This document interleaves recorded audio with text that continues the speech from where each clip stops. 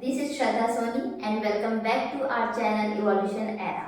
सो अभी तक के पार्ट्स में हमने इंट्रोडक्शन कवर कर लिया है। इंट्रोडक्शन में ही भी हमने पूरा डिटेल देख लिए थे, पैरामीटर देख लिए थे, एनसीईआरटी के जो 4 से 5 पैरामीटर्स थे उसके बारे में बात कर लिए थे। अब बारी आती है नेक्स्ट पार्ट की, जो कि है diversity in the living world. ठीक है, अब diversity in the living world का मतलब क्या है? सबसे पहली बात तो ये, ठीक है, तो यहाँ पे देखो डाइवर्सिटी है ना, डिफरेंस। डाइवर्सिटी का मतलब क्या है? डिफरेंट। ठीक है, तो वैरायटी ऑफ ऑर्गेनिज्म आपके प्रेजेंट है पूरे अर्थ की। अगर मैं बात करूँ तो ठीक है, बहुत डाइवर्स है अर्थ में। किसकी? लिविंग ऑर्गेनिज्म की। ठीक है, अगर जैसे ही आप बाहर निकलते हैं, ठीक है, या आप अपने रूम से या अपने घर से बाहर निकलते हैं, तो बाहर निकलते ही आपको बहुत सारे डाइवर्सिटी मिल जाएगी लिविंग ऑर्गेनिज्म। ठीक है, बहुत सारे आपके जैसे स्पीसीज मिल जाएंगे, जैसे कि ह्यूमन बींग्स, अलग अलग ह्यूमन बींग्स आपको देखने को मिलेंगे। उनके साथ साथ आपको कुत्ता, बिल्ली, गाय, भैंस या बहुत सारे वही माइक्रो ऑर्गेनिज्म भी देखने को मिलेंगे। ठीक है, तो आप जैसे ही अपने एरिया से बाहर निकल रहे हैं तो आपको उस पूरे सराउंडिंग में ही बहुत सारी डाइवर्सिटी मिल जाती है। तो वहीं अगर मैं पूरे अर्थ की बात करूं, ठीक है, तो पूरे अर्थ में कितनी डाइवर्सिटी होगी, समझ रहे हो, है ना? पूरे अर्थ में कितनी डाइवर्सिटी होगी लिविंग ऑर्गेनिज्म की? तो पूरे लिविंग ऑर्गेनिज्म, ठीक है, पूरे अर्थ के लिविंग ऑर्गेनिज्म को सम करके आप क्या बोलोगे? बायोडाइवर्सिटी बोलोगे। ठीक है, अब बायोडाइवर्सिटी का मतलब क्या है मेरे पहले समझो। बायो मतलब क्या होता है? लिविंग। ठीक है, बायो मतलब लिविंग, डाइवर्सिटी मतलब डिफरेंट। ठीक है, डाइवर्सिटी मतलब डिफरेंट। ठीक है, तो जो लिविंग ऑर्गेनिज्म है, अलग अलग तरीके के लिविंग ऑर्गेनिज्म है, उन सबको मिला के, ठीक है, उनका सम क्या कहलाता है? बायोडाइवर्सिटी कहलाता है। ठीक है, अब मैं अगर पूरे अर्थ की बात करूं, ठीक है, पूरे अर्थ की बात करूं तो पूरे अर्थ में 1.7 to 1.8 मिलियन आपको ऑर्गेनिज्म देखने को मिलेंगे। ठीक है, पूरे अगर अर्थ की बात कर रहे हैं तो पूरे अर्थ में आपको 1.7 to 1.8 मिलियन, 8 मिलियन आपको क्या मिल रहे हैं? ऑर्गेनिज्म दिखने को मिल रहे हैं। ठीक है, मतलब कि आप सोच सकते हो कितनी डाइवर्सिटी है पूरे अर्थ में लिविंग ऑर्गेनिज्म की। मैं यहाँ स्पीसीज की बात नहीं कर रही हूँ, मैं यहाँ लिविंग ऑर्गेनिज्म की बात कर रही हूँ। ठीक है, अब लिविंग ऑर्गेनिज्म में हर लिविंग ऑर्गेनिज्म की अपनी अपनी क्या होती है? स्पीसीज होती है। ठीक है, तो हर लिविंग ऑर्गेनिज्म में उनकी अपनी अपनी स्पीसीज होगी, राइट? ठीक है, मतलब कि अगर मैं एक इंडिविजुअलिटी की बात करूं, अगर मैं एक स्पीसीज की बात करूं, तो हर लिविंग ऑर्गेनिज्म 1.7 से 1.8 मिलियन ऑर्गेनिज्म की बात कर रहे हैं हम, स्पीसीज की बात नहीं कर रहे हैं। मतलब स्पीसीज कितनी होगी?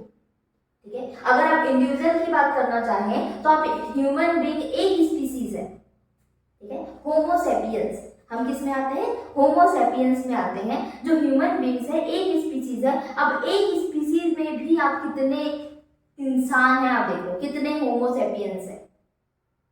ठीक है, करोड़ों में है, राइट? तो अगर यहाँ पे देखो डाइवर्सिटी देख रहे हो आप, ठीक है, अगर 1.7 to 1.8 मिलियन ऑर्गेनिज्म बोल रहे हैं तो उसमें भी कितनी डाइवर्सिटीज है आपके पास। ठीक है, तो अब इन सब को आपको बोला कि पढ़ लो।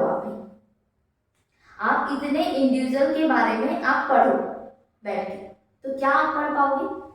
नहीं पढ़ पाओगे। एग्जाम्पल ले लेते हैं इसको बहुत अच्छे से समझने के लिए। मान लो आपका एक स्कूल है, ठीक है, स्कूल में मान लेते हैं 1200 बच्चे हैं। ठीक है, 1200 आपके पूरे स्कूल में बच्चे हैं और पूरे के पूरे 1200 बच्चे ग्राउंड में फैले हैं। ठीक है, कुछ कर रहे हैं। अब आपके टीचर ने आया और बोले आपको कि भाई जाओ एक 9th के बच्चों को उठा के लेके आओ।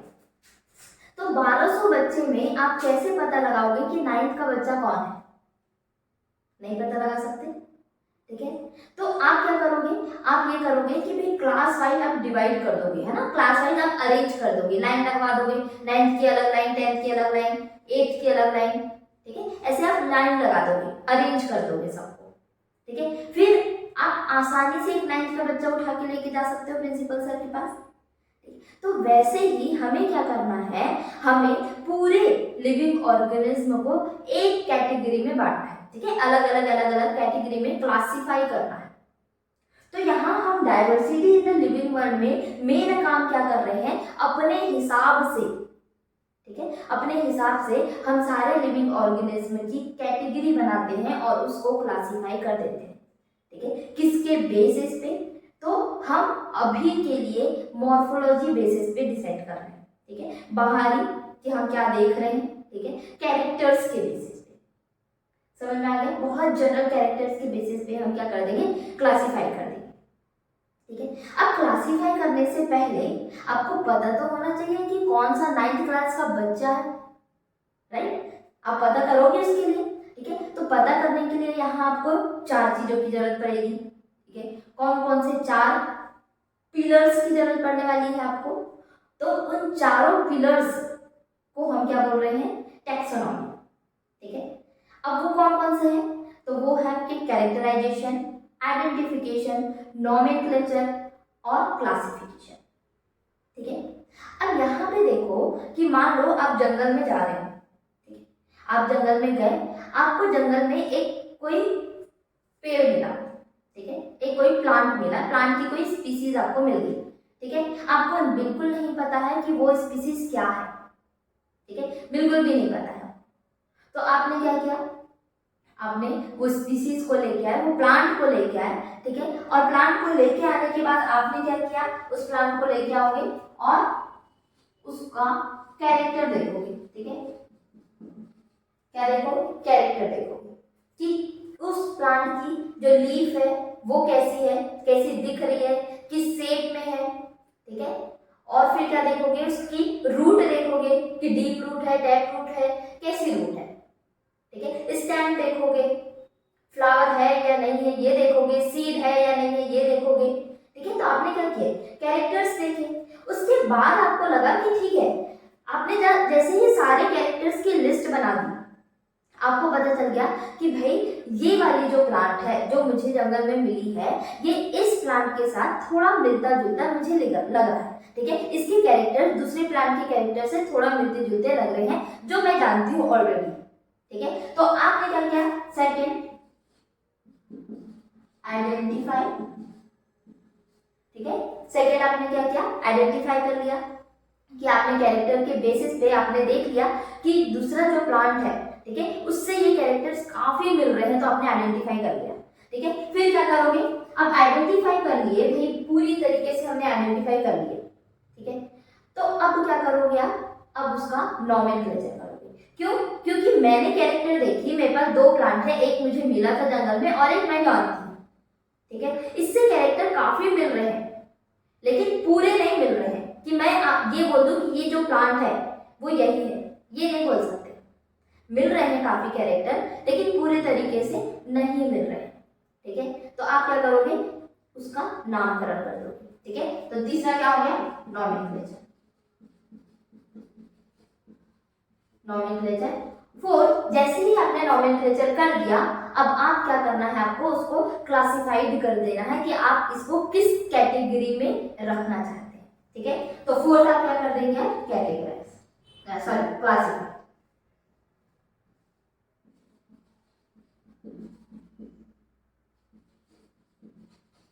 ठीक है। तो ये 4 पिलर हैं आपके, जिससे हम एक प्लांट को क्लासिफाई करते हैं, ठीक है, इस 4 पिलर के बेसिस पे, समझ में आ गया, ठीक है। तो यहाँ सबसे पहले हम देखेंगे कि नोमेनक्लेचर कैसे करना है, क्योंकि अगर आप कहीं पे, ठीक है, आपको एक प्लांट मिला या आपको एक एनिमल मिला या कुछ भी मिला, ठीक है, कोई भी लिविंग ऑर्गेनिज्म मिला, आप जिस एरिया में है उस एरिया में वहां के लोगों से पूछा कि भैया ये क्या है, तो वो क्या बताएंगे, आपको लोकल नाम बताएंगे कि ये है, ठीक है। आप कहीं दूसरे एरिया में जाओगे तो उसको पूछोगे कि भैया ये कौन सा प्लांट है, तो वहां के लोग आपको दूसरा नाम बताएंगे, ठीक है। आपके खुद के एरिया में उस प्लांट को कुछ और बोलते होंगे, ठीक है।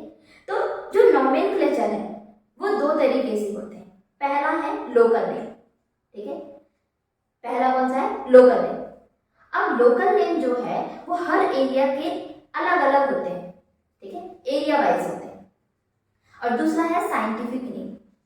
और जो साइंटिफिक नेम है वो पूरे वर्ल्ड वाइड या पूरे अर्थ में एक ही होता है, ठीक है। आप चाहे फॉरेन चले जाओ या इंडिया में किसी भी जगह चले जाओ, ठीक है। मैंगो की अगर मैं बात करूं तो मैग्नीफेरा इंडिका, ठीक है, मैग्नीफेरा इंडिका अगर आप बोलोगे तो सभी पूरे वर्ल्ड वाइड में आपको पता चल जाएगा कि हाँ भैया, आप फॉरेन में जाके बोलोगे कि भैया हमको मैग्नीफेरा इंडिका लाके दो, तो वो आपको मैंगो लाके देंगे, ठीक है। अगर वहां पे आपने ये बोला कि आम दो मुझे, तो कोई आपको आम नहीं देगा, ठीक है। तो नॉमेनक्लेचर करना बहुत जरूरी है, ठीक है। तो अब हम देखते हैं नॉमेनक्लेचर कैसे करते हैं, ओके चलते हैं। तो अब हम नॉमेनक्लेचर की बात करते हैं, ठीक है। अब नॉमेनक्लेचर में आप यहाँ देख रहे हैं कि नॉमेनक्लेचर में बेसिकली हम क्या कर रहे हैं कि जो लिविंग ऑर्गेनिज्म है उसका नॉमेनक्लेचर कर रहे हैं, राइट। कि जो हमें लिविंग ऑर्गेनिज्म मिला है, ठीक है, कोई नई स्पीसीज मिली है मान लो, ठीक है, तो उसका क्या करेंगे, कुछ कैरेक्टर्स के बेसिस पे हम उसको नामकरण करेंगे, ठीक है, उनको नाम देंगे बेसिकली। तो यहाँ पे जो नेमिंग करने की जो मेथड है, ठीक है, वो दो तरीके से हम दे सकते हैं। या तो फर्स्टली हम कॉमन नेम दे सकते हैं या लोकल नेम दे सकते हैं, ठीक है, जो वेरी करेगा, ठीक है। एरिया टू एरिया क्या करने वाला है, वो वेरी करने वाला है। मान लो कि आप इस एरिया में हो, ठीक है, मान लो कि कोई एक स्पीसीज है जिसको एमपी में कुछ और बोलते हैं, सीजी में कुछ और बोलते हैं, ठीक है, आपके एरिया में कुछ और बोलते होंगे, राइट। तो ये एरिया वाइज अलग अलग हो सकता है, ठीक है।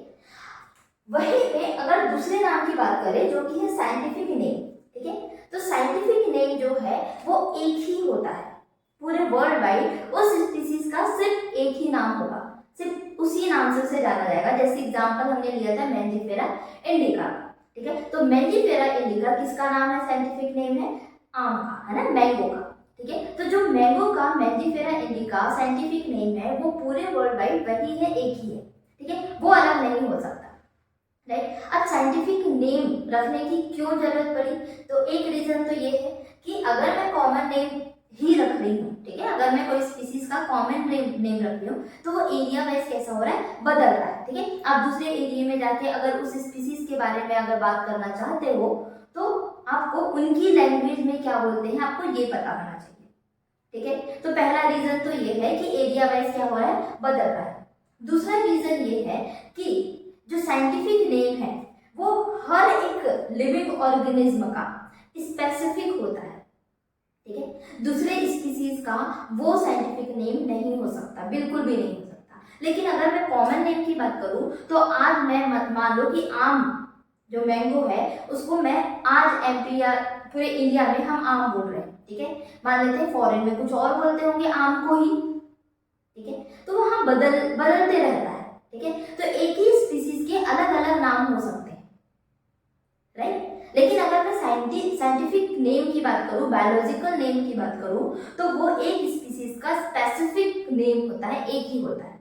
अदर स्पीसीज का वही बायोलॉजिकल नेम नहीं हो सकता, ठीक है। तो मेन रीजन ये भी हो सकता है कि हम साइंटिफिक नेम का यूज कर रहे हैं, ठीक है। और अब साइंटिफिक नेम लिखने के लिए, ठीक है, कौन से मोड की जरूरत पड़ती है, हम कौन से मोड का यूज करते हैं, तो बायनोमियल नोमेनक्लेचर मोस्ट इंपॉर्टेंट, ठीक है। किसका यूज करते हैं, बायनोमियल नोमेनक्लेचर। अब बायनोमियल नोमेनक्लेचर का मतलब क्या है, बायनोमियल, अब यहाँ पे देखिए बाय मतलब टू, ठीक है, नोमेनियल मतलब नामकरण, है ना, नेमिंग करना। तो टू कंपोनेंट होते हैं किसमें, हर एक साइंटिफिक नेम में, ठीक है। हर एक साइंटिफिक नेम अगर रख रहे हो आप किसी भी स्पीसीज का तो उसमें आपके दो कंपोनेंट होना बहुत जरूरी है, ठीक है। उसको क्या बोल रहे हैं, बायोनोमियल नोमेनक्लेचर। एक ट्राइनोमियल नोमेनक्लेचर भी होता है, ये क्या है आपका बायनोमियल नोमेनक्लेचर, और दूसरा आपका क्या हो जाएगा, एक ट्राइनोमियल नोमेनक्लेचर भी होता है, ठीक है, ट्राइनोमियल। इसमें क्या हो जाएगा, इसमें क्या है देखिए कि ट्राई मतलब क्या है आपके थ्री, ठीक है, नोमिनियल मतलब नेमिंग करना, तो इसमें क्या हो जाएंगे आपके थ्री कंपोनेंट, कितने हो जाएंगे, थ्री कंपोनेंट, ठीक है। अब इसकी बात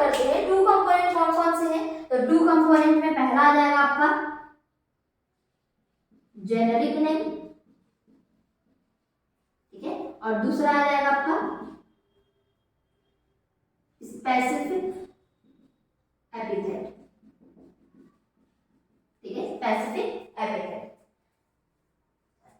ठीक है। टू कंपोनेंट में क्या है, first is generic name and second is specific epithet, ठीक है। चलिए देखिए यहाँ पे देखिए थ्री कंपोनेंट, मतलब पहला तो यही आ जाएगा, पहला क्या आएगा आपका जेनेरिक नेम, ठीक है, एंड सेकंड स्पेसिफिक एपिथेट,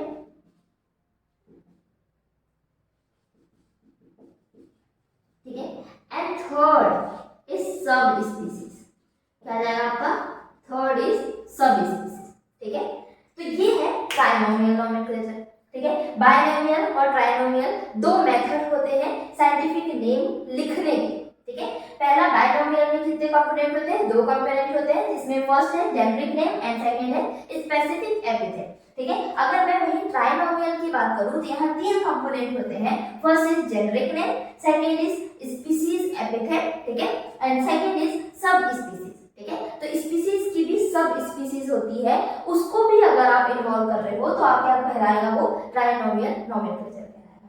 इतनी बात समझ में आ गई, ठीक है। तो अब हम बायनोमियल नोमेनक्लेचर की बात करेंगे, क्योंकि ट्राइनोमियल नोमेनक्लेचर आप ज्यादा यूज नहीं कर सकते, हाँ इतनी बात मैक्सिमम है, ठीक है, बहुत है ट्राइनोमियल नोमेनक्लेचर में जानने के लिए इतना काफी है।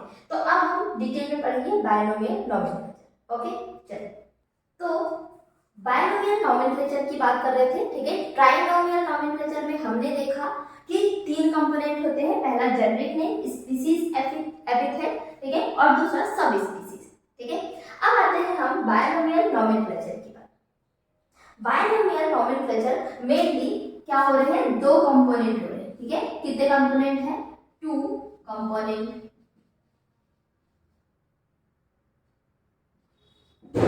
टू कंपोनेंट्स है, कौन कौन से हैं, तो फर्स्ट इज जेनेरिक नेम, जिसको आप जीनस बोल रहे हो, ठीक है, and second is specific epithet, जिसको आप स्पीसीज बोल रहे हो, ठीक है, स्पीसीज, ठीक है।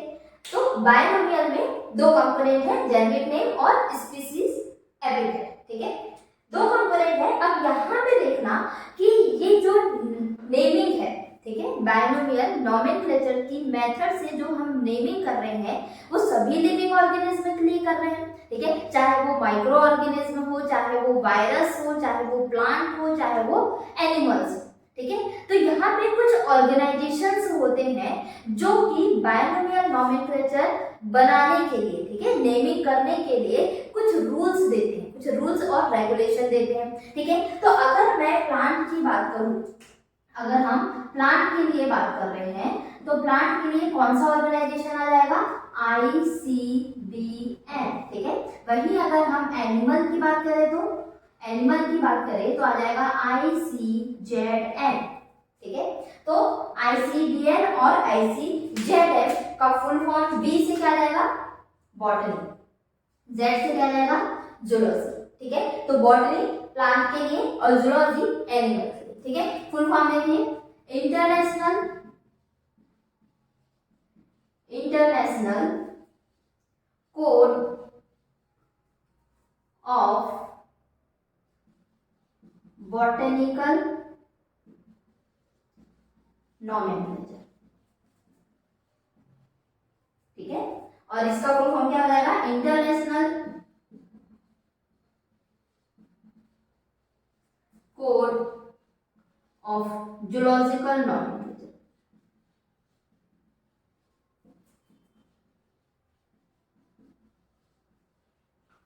ठीक है। तो ICBN और ICZN ऐसे दो ऑर्गेनाइजेशन हैं, ठीक है। माइक्रो ऑर्गेनिज्म में बैक्टीरिया का अलग होगा, वायरस का अलग होगा, याद रखना, ठीक है। हमें बॉटनी और जूलॉजी के बारे में पढ़ना है, तो ICBN प्लांट के बॉटनिकल नेम, ठीक है, बायोलॉजिकल नेम के लिए क्या देते हैं, रूल देते हैं, और ICZN एनिमल के लिए बायोलॉजिकल नेमिंग के लिए रूल देते हैं। इतनी बात समझ में आई। तो हम बात कर रहे थे बाइनोमियल नोमेनक्लेचर, ठीक है। दो कंपोनेंट होते हैं, पहला जेनेरिक नेम, दूसरा स्पेसिफिक एपिथेट। जेनेरिक नेम को जीनस बोलते हैं, स्पेसिफिक एपिथेट को क्या बोलते हैं, स्पीसीज बोल रहे हो, ठीक है। एग्जांपल के लिए हम लेते हैं मैंजीफेरा इंडिका, ठीक है। मैंजीफेरा इंडिका, अब यहाँ पे देखना बाइनोमियल नोमेनक्लेचर किसने दिया था, तो लिनियस ने दिया था। किसने, कैरोलस लिनियस ने दिया था, ठीक है। फुल नेम क्या है इनका, कैरोलस लिनियस, कैरोलस लिनियस ने दिया था, ठीक है। अब यहाँ पे देखो मैंजीफेरा इंडिका, ठीक है। कैसा दिख रहा है आपको, ये क्या है आपका साइंटिफिक नेम है, ठीक है। क्या है, साइंटिफिक नेम है। तो यहाँ पे देखना दो नेम है, ठीक है। पहला है मैंजीफेरा और दूसरा है इंडिका। तो फर्स्ट वर्ड क्या हो जाएगा आपका, फर्स्ट वर्ड हो जाएगा आपका जीनस, ठीक है। एंड सेकंड नेम क्या हो जाएगा आपका, स्पीसीज। फर्स्ट वर्ड क्या हो गया, जीनस, और सेकंड नेम क्या हो गया, स्पीसीज हो गया, ठीक है। ये क्या है आपका, ये जो लिनियस है, ठीक है, कैरोलस लिनियस ने दिया था, जिस साइंटिस्ट ने दिया था उसका नाम है, ठीक है। तो ये जो है आपका पूरा पूरा नाम लिखने की कोई जरूरत नहीं है, आप शॉर्ट नेम लिख सकते हैं, जैसे कि LINN लिनियस का, ठीक है, शॉर्ट नेम लिख सकते हैं। तो यहाँ जो LINN है, लिनियस है, ठीक है, ये किस फॉर्म में लिखा होगा, तो ये एब्रीवेटेड फॉर्म में,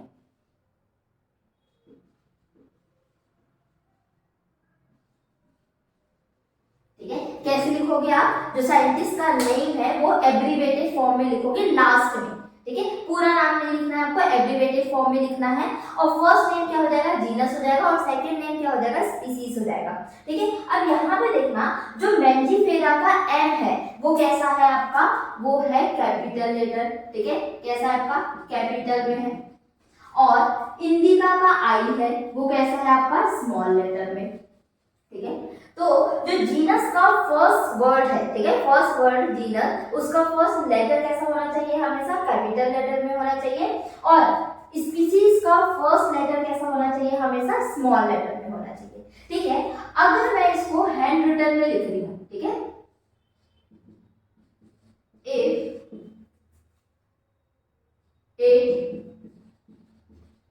हैंड रिटन, ठीक है, अगर ये हैंड रिटन में है तो आप क्या करोगे, इसको हमेशा अंडरलाइन करोगे,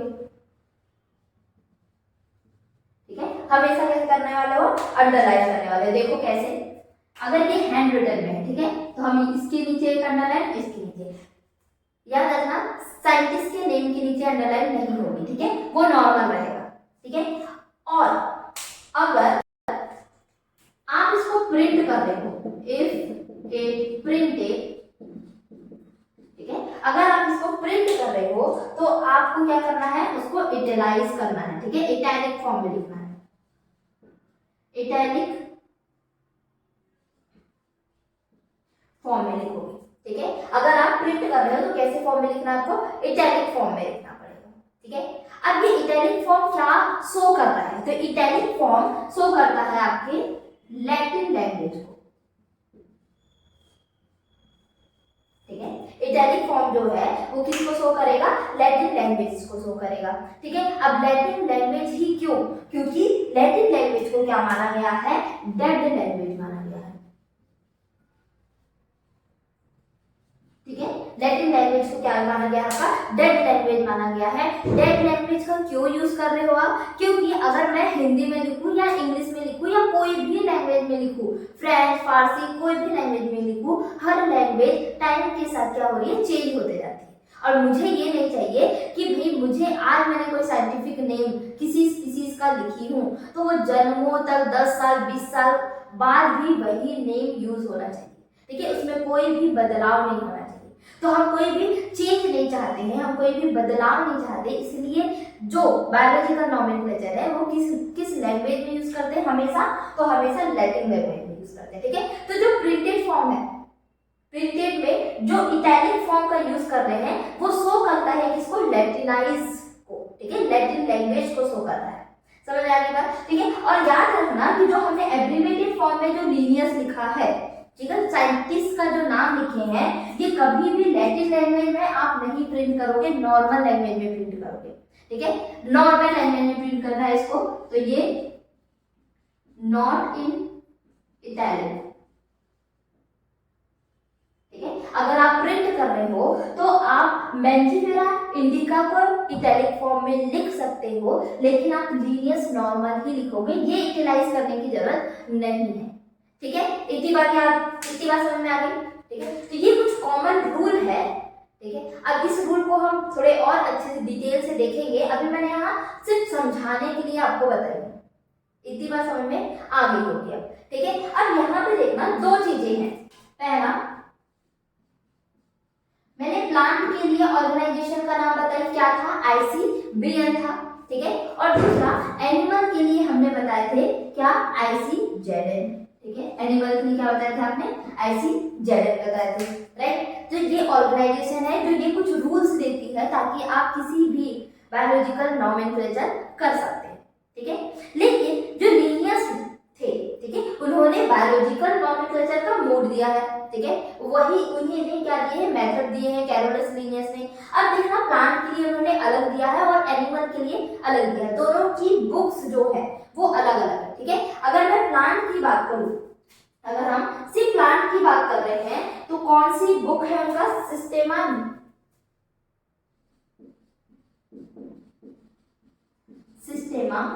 नेचर।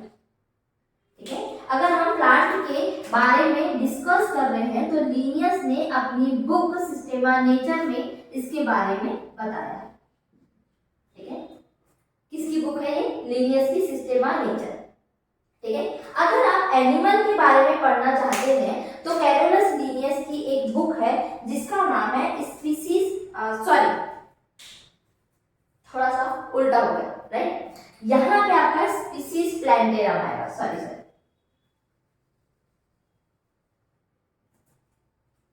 सिस्टेमा नेचर नहीं है, स्पीसीज प्लैंटेरम। ठीक है,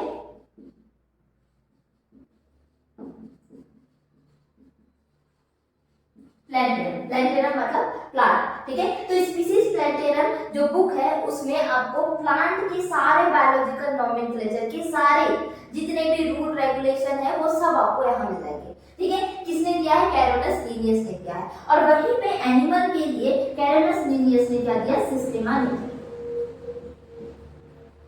सिस्टेमा नेचर, ये ठीक है, सिस्टेमा नेचर के बारे में किसने दिया था, कैरोलस लीनियस ने एनिमल की सारी डिटेल। ठीक है, जितने भी biological nomenclature animal living organism जो एनिमल की कैटेगरी में आते हैं उनकी सारी बारे में डिटेलिंग आपको कहाँ मिल जाएगी, सिस्टेमा नेचर में मिल जाएगी। ठीक है, बुक का नाम है, किसने दिया है, कैरोलस लीनियस ने दिया है। और प्लांट के लिए क्या दिया है, स्पीसीज प्लैंटेरम। ठीक है, इतनी बात समझ में आ गई होगी। इसका अगर स्क्रीनशॉट लेना चाहते हैं तो ले सकते हैं।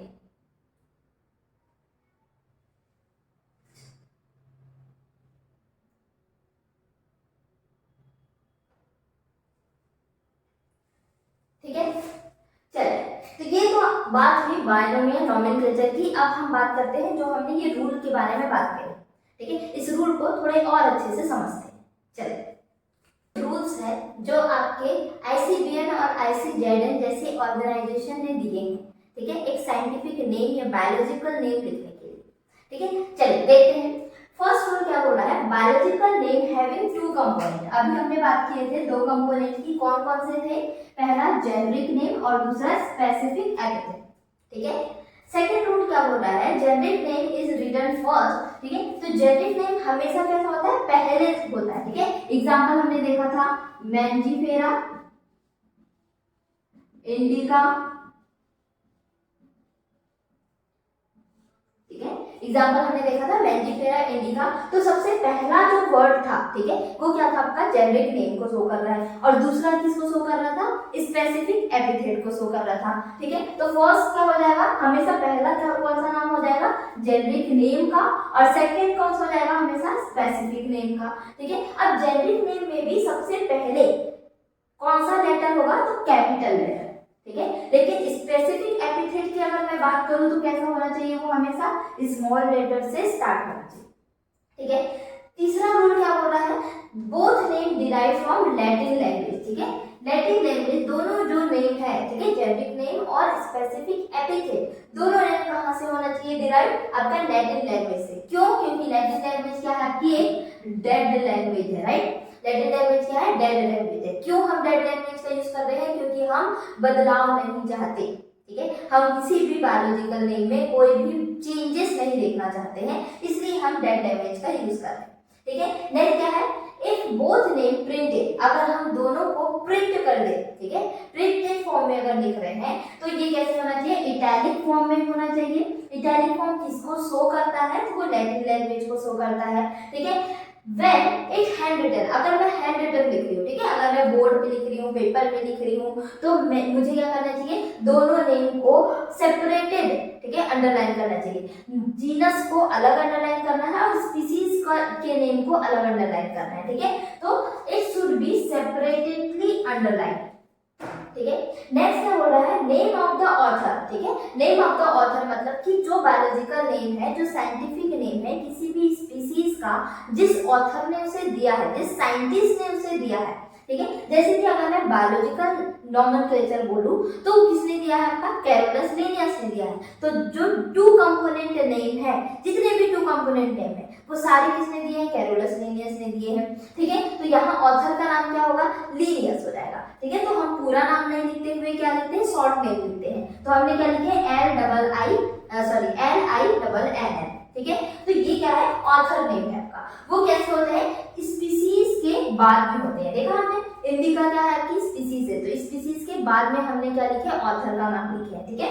तो appear after species name and is written in an abbreviated form, याद रखना इसको हम एब्रीवेटेड फॉर्म में लिखते हैं, ना ही हम इटैलिक लिखेंगे और ना ही हम अंडरलाइन करेंगे, ठीक है। उसको हम शॉर्ट फॉर्म में, एब्रीवेटेड फॉर्म में लिखेंगे। कौन सी स्क्रिप्ट यूज करोगे? आप इटैलिक यूज नहीं कर सकते। आपने क्या किया है? रोमन स्क्रिप्ट को यूज किया है, ठीक है। आपने एक सीधे सिंपल साधारण, ठीक है, तरीके से आपने ऑथर का नाम लिख दिए हैं। आप प्रिंटेड करेंगे तो आप ना ही उसको इटैलिक फॉर्म में लिख सकते हैं और ना ही आप अगर हैंड रिटन लिख रहे हैं तो अंडरलाइन भी आपको नहीं करना है, उसको नॉर्मली रोमन स्क्रिप्ट में लिखना है, याद रखना, ठीक है। तो ये कुछ आपके रूल्स हैं जो किसने दिए हैं? ऑर्गेनाइजेशन ने दिए हैं, ठीक है। चलिए, तो ये तो यहाँ पे खत्म होता है आपका बायोलॉजिकल नॉमेनक्लेचर। अब बात आती है टैक्सोनॉमी, ठीक है। तो व्हाट इज टैक्सोनॉमी के बारे में हम देखते हैं कि भाई टैक्सोनॉमी है क्या। हमने क्या बोला कि आपको मैंने जब भी बताई थी कि इतनी सारी डाइवर्सिटी हमारे पास, डाइवर्स, बहुत सारे डाइवर्स क्या है आपके लिविंग ऑर्गेनिज्म में, सबको एक साथ तो आप नहीं पढ़ सकते, ठीक है। तो आपने क्या किया? उसको कैटेगराइज कर दिया। कैटेगराइज करके आपने क्या किया? क्लासिफिकेशन कर दिया, ठीक है। तो इसी को आप साइंटिफिक तरीके से क्या बोलोगे? टैक्सोनॉमी बोलोगे। टैक्सोनॉमी और कुछ नहीं है, ठीक है। चलिए देखते हैं। तो अब आते हैं टैक्सोनॉमी क्या होता है, ठीक है। सबसे पहले हम देखेंगे कि टैक्सोनॉमी किसने दिया, ठीक है। जो वर्ड है टैक्सोनॉमी, टर्म है, वो किसने दिया? तो सबसे पहले देखो, टैक्सोनॉमी जो टर्म है उसको सबसे पहले कॉइन किया था डी कैंटोरे ने। कब किया था? तो 1813 में, ठीक है। लेकिन फादर ऑफ टैक्सोनॉमी किसे कहा गया? कैरोलस लिनियस को। ऐसा क्यों? जब टर्म डी कैंटोरे ने दिया है तो फादर ऑफ टैक्सोनॉमी भी डी कैंटोरे होता, कैरोलस लिनियस ही क्यों? तो यहाँ ईयर देखिए कि कैरोलस लिनियस ने काफी पहले 1813 में डी कैंटोरे ने टर्म दिया था, लेकिन कैरोलस लिनियस ने 1735 में ही काम शुरू कर दिया था, ठीक है। तो कैरोलस लिनियस का बहुत बड़ा श्रेय जाता है टैक्सोनॉमी बताने में। बस टर्म किसने दिया है? डी कैंटोरे ने, इसलिए फादर ऑफ टैक्सोनॉमी किसे कहा गया? कैरोलस लिनियस, ठीक है। तो ये दो चीजें आप याद रखना कि टर्म किसने दिया टैक्सोनॉमी का और फादर ऑफ टैक्सोनॉमी किसे कहा गया, ठीक है। हो सके तो ईयर भी याद कर लेना। चलिए, अब टैक्सोनॉमी वर्ड्स दो चीजों से मिलकर बना है, टैक्सा या टैक्सॉन, ठीक है, और नॉमी मतलब नेम, ठीक है। अब यहाँ पे देखो कि टैक्सा और टैक्सॉन दोनों एक ही चीज है। ये होता क्या है?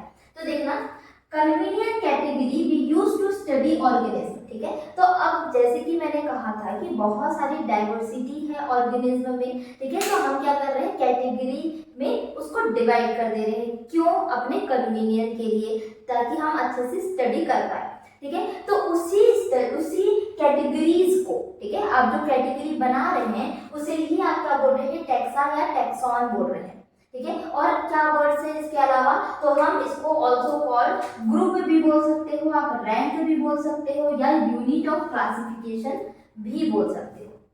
ठीक है। तो अलग अलग डिफरेंट डिफरेंट लेवल पे जितने भी आपकी क्लासिफिकेशन है, ठीक है, उसकी अलग अलग यूनिट अलग अलग लेवल पे आप क्या बोलोगे, टैक्सा है या टैक्सॉन है।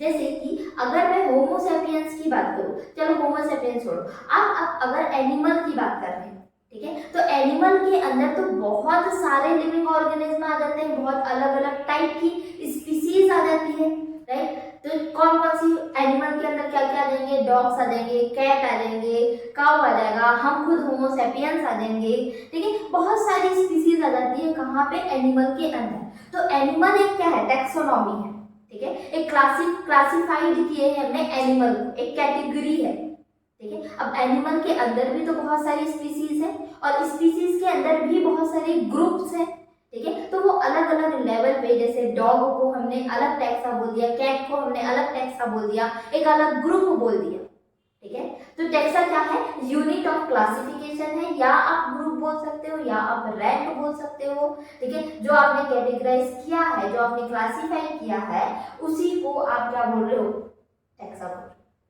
इतनी बात समझ में आ गई, ठीक है। अभी यहाँ नहीं समझ में आया है टैक्सा, तो हम आगे और समझ में आ जाएगा जब मैं थोड़ा डिटेल में बताऊँ, ठीक है। अभी बस इतना समझ लो कि जो आप क्लासिफिकेशन करते हो उसमें जो आपने कैटेगरी वाइज डिवाइड किया है, जैसे प्लांट की अलग है, ठीक है, प्लांट की कैटेगरी अलग है, एनिमल की कैटेगरी अलग है, बैक्टीरियाज की कैटेगरी अलग है, वायरस की कैटेगरी अलग है, ठीक है। तो उनमें भी उस कैटेगरी के अंदर भी अलग अलग स्पीसीज है, ठीक है। तो अलग अलग डिफरेंट डिफरेंट लेवल पे हम क्या बोल रहे हैं, उनको टैक्सा बोल रहे हैं, सिर्फ इतनी सी बात है, ठीक है। अब यहाँ पे देखना कि दो मोड है किसके, टैक्सोनॉमी के, ठीक है। तो पहला है मॉडर्न टैक्सोनॉमी, ठीक है। तो मॉडर्न टैक्सोनॉमी किस पे बेस्ड है ये देखेंगे। तो मॉडर्न टैक्सोनॉमी आपका सबसे पहला एक्सटर्नल, ठीक है। एक्सटर्नल में क्या आ जाएगा आपका, एक्सटर्नल में आप मॉर्फोलॉजी देख लेते हो, मॉर्फोलॉजी, ठीक है। एक्सटर्नल में क्या देख रहे हो, मॉर्फोलॉजी देख लोगे।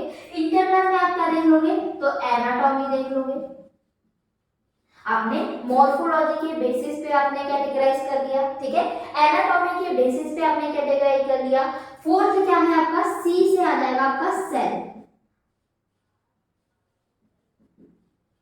ठीक है। सी से आ जाएगा आपका सेल ऑर्गेनाइजेशन के आधार पे भी आप देख लोगे, सेल ऑर्गेनाइजेशन के बेसिस पे आप देख लोगे। नेक्स्ट है आपका डी, डी से आपका क्या आ जाएगा, डेवलपमेंटल प्रोसेस, ठीक है। डी से क्या आ जाएगा, डेवलपमेंटल प्रोसेस, कि कौन सा लिविंग ऑर्गेनिज्म, कौन सी स्पीसीज कैसे डेवलपमेंट कर रही है, ठीक है, उसका डेवलपमेंटल का प्रोसेस क्या है, इस बेसिस पे भी आप क्या करोगे, कैटेगरी वाइज डिवाइड कर दोगे, ठीक है। नेक्स्ट ई से क्या आ जाएगा, इकोलॉजिकल प्रोसेस, इकोलॉजिकल प्रोसेस, ठीक है। तो मॉडर्न टैक्सोनॉमी में किस बेसिस पे आप मॉडर्न टैक्सोनॉमी बना रहे हो, ठीक है। तो ये कुछ 4-5 चीजें हैं। पहला है मॉर्फोलॉजी के बेसिस पे आप मॉडर्न टैक्सोनॉमी को कैटेगराइज कर सकते हैं, ठीक है।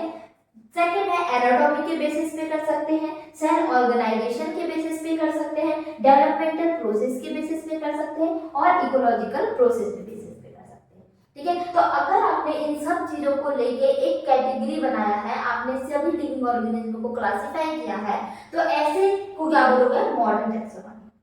लेकिन कन्वेंशनल टैक्सोनॉमी क्या कहती है, देखो कन्वेंशनल टैक्सोनॉमी किस बेसिस पे आपने कन्वेंशनल टैक्सोनॉमी, या इसको आप ओल्ड टैक्सोनॉमी भी बोल सकते हैं, ठीक है। तो कन्वेंशनल टैक्सोनॉमी किस बेसिस पे था, तो जो 4 पिलर है, मोस्ट इंपॉर्टेंट पिलर, ठीक है। अगर मैं टैक्सोनॉमी की बात कर रही हूँ तो ये 4 की बात हम जरूर करेंगे, ठीक है। तो टैक्सोनॉमी का जो पिलर है वो कौन कौन से है, पहला कैरेक्टराइजेशन, दूसरा आइडेंटिफिकेशन, तीसरा नॉमेनक्लेचर, और चौथा क्लासिफिकेशन, ठीक है।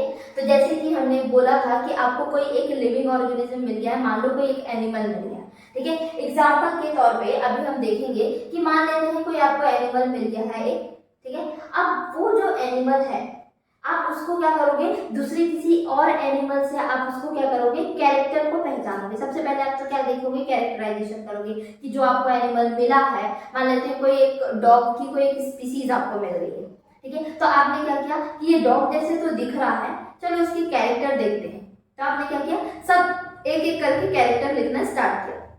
ठीक है, तो आपने देखा कि जो आप कैरेक्टर लिख रहे हैं वो डॉग की अदर स्पीसीज से काफी रिलेवेंट कर रही है। ठीक है, तो अब आप क्या करोगे, आपने कैरेक्टराइजेशन कर लिया, अब आप आइडेंटिफिकेशन करोगे कि कौन से डॉग की स्पीसीज से ज्यादा ये रिलेटेड है। ठीक है, कौन सी स्पीसीज से बहुत ज्यादा रिलेवेंट कर रहा है आपकी नई स्पीसीज।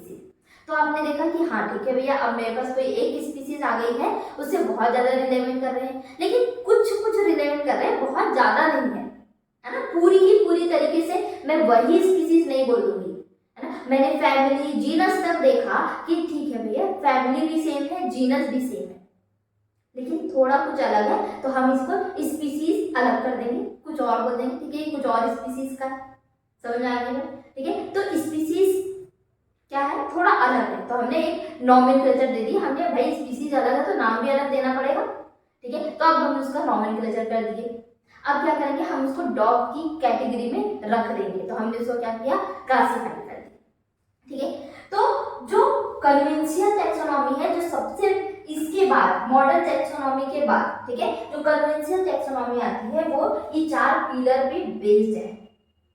समझ में आ गई बात। ठीक है, अब ये तो हुआ टैक्सोनॉमी। दूसरा एक वर्ड है, ठीक है, अगर मैं टैक्सोनॉमी की बात कर रही हूँ तो 4 पिलर की बात कर रही हूँ। ठीक है, अब मेरे पास एक और वर्ड है सिस्टेमैटिक्स। ठीक है, उसके बारे में देख लेते हैं कि क्या है आपका सिस्टेमैटिक।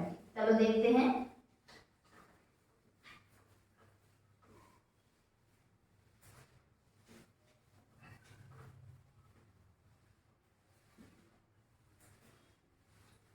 चलो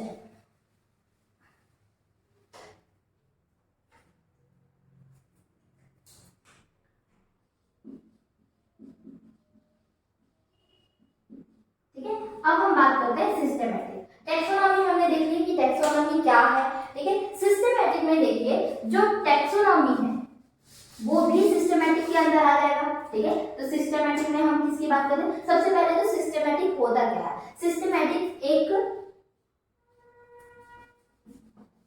लैटिन वर्ड से आया है। ठीक है, सिस्टेमैटिक एक लैटिन वर्ड से आया है, लैटिन वर्ड सिस्टेमा, सिस्टेमा। ठीक है, सिस्टेमैटिक किससे आया है, एक लैटिन वर्ड से आया है, सिस्टेमा। सिस्टेमा का मतलब क्या है, सिस्टेमा का मतलब है अरेंजमेंट। ठीक है, अरेंजमेंट। तो किसका अरेंजमेंट कर रहे हो आप, यहाँ पे आप कर रहे हो arrangement of organism.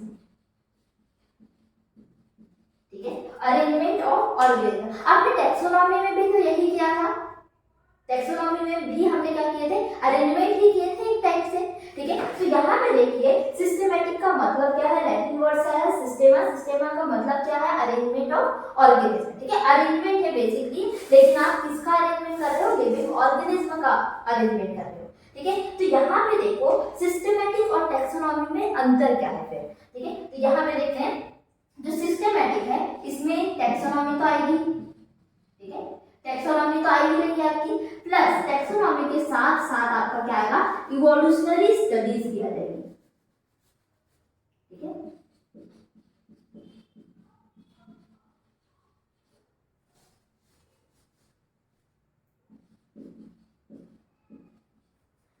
Evolutionary studies. ठीक है, यहाँ पे क्या है, टैक्सोनॉमी में मैंने 4 पिलर बताई थी। कौन कौन से 4 पिलर थे हमारे, तो पहला कैरेक्टराइजेशन, दूसरा आइडेंटिफिकेशन, तीसरा नॉमेनक्लेचर, और चौथा है आपका क्लासिफिकेशन। मतलब कि सिस्टेमैटिक में ये 4 पिलर तो आए हुए हैं।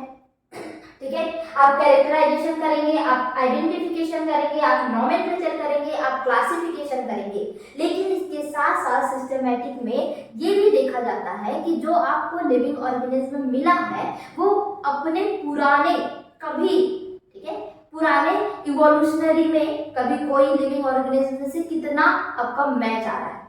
ठीक है, कितना रिलेटेड है। ठीक है, तो इवोल्यूशनरी स्टडी को एक फाइलोजेनेटिक स्टडी भी बोला जाता है। ठीक है, इसको एक और वर्ड है फाइलोजेनेटिक, ठीक है, फाइलोजेनेटिक स्टडी भी बोला जाता है, याद रखना, ठीक है। तो फाइलोजेनेटिक या इवोल्यूशनरी स्टडी का मतलब ये है कि कोई भी एक अभी का कोई लिविंग ऑर्गेनिज्म है, ठीक है, मान लेते हैं कोई एक नया ह्यूमन बीइंग है, ठीक है, आज कोई ह्यूमन बीइंग है, मान लो मैं, मेरे ऊपर अगर स्टडी चल रही है तो मेरे जितने भी एंसेस्टर हैं, ठीक है, जितने भी एंसेस्टर हैं उनके क्या कैरेक्टर मेरे में आए हैं ये भी देखा जाएगा, ठीक है। तो ये जो एंसेस्टर की स्टडी है, जैसे मेरे साथ मेरे जितने भी एंसेस्टर हैं उनकी स्टडी की जाएगी, तो उसको क्या बोलोगे, फाइलोजेनेटिक या इवोल्यूशनरी। समझ में आ गया। तो सिस्टमैटिक में हम टैक्सोनॉमी की तो बात कर रहे हैं, हम प्रेजेंट की तो बात कर रहे हैं, लेकिन हम पास्ट की भी बात करेंगे, हम पास्ट के भी कुछ कैरेक्टर्स देखेंगे, ठीक है, हम रिलेशन देखेंगे यहाँ पे, आप बोल सकते हो फाइलोजेनेटिक रिलेशन देखते हैं हम यहाँ पे, ठीक है। तो उसको भी यहाँ पे हम ऐड करेंगे, इनके साथ आपका क्या है, चारों के साथ आपका फाइलोजेनेटिक रिलेशन भी आप देखोगे, ठीक है। तो ये सबको साथ में मिलकर क्या बोल रहा है, सिस्टमैटिक होता है, ठीक है। तो टैक्सोनॉमी सिस्टमैटिक से छोटा है, याद रखना, ठीक है, एक छोटा सा फॉर्म है, लेकिन सिस्टमैटिक क्या है, एक बड़ा है, ठीक है। अगर आपने यहाँ पे ये देखा, एक वेन डायग्राम अगर मैं बनाई, ठीक है, तो यहाँ पे क्या जाएगा, टैक्सोनॉमी, ठीक है, और ये पूरा क्या जाएगा आपका सिस्टमैटिक। समझ में आ गया, मतलब सिस्टमैटिक के अंदर क्या है आपका, टैक्सोनॉमी। इतनी बात समझ में आ गई, ठीक है। तो अगर मैं रेंज देखूं तो सिस्टमैटिक की रेंज ज्यादा है और टैक्सोनॉमी की रेंज कम है, इतनी बात समझ में आ गई, ठीक है। तो ये टैक्सोनॉमी और सिस्टमैटिक में थोड़ा सा कुछ डिफरेंस है जो आप देख लेना, ठीक है, स्क्रीनशॉट। तो आज के लिए हम यहीं पे समाप्त करते हैं अपना वीडियो, ठीक है। कल हम देखेंगे टैक्सोनॉमी हायरार्की और हायरार्की की पूरी डिटेल, ठीक है। तो आज के लिए बस इतना ही, थैंक यू सो मच। अगर इस वीडियो में कोई भी आपको डाउट हो तो कमेंट सेक्शन में जरूर बताइए, ठीक है। अगर वीडियो पसंद आया हो तो लाइक कीजिए, शेयर कीजिए और सब्सक्राइब करना ना भूलिए, ठीक है, ताकि आपको जितने भी हमारे आने वाले लेक्चर्स हैं उनके पूरे नोटिफिकेशन आपको मिलते रहे, ठीक है। Thank you so much.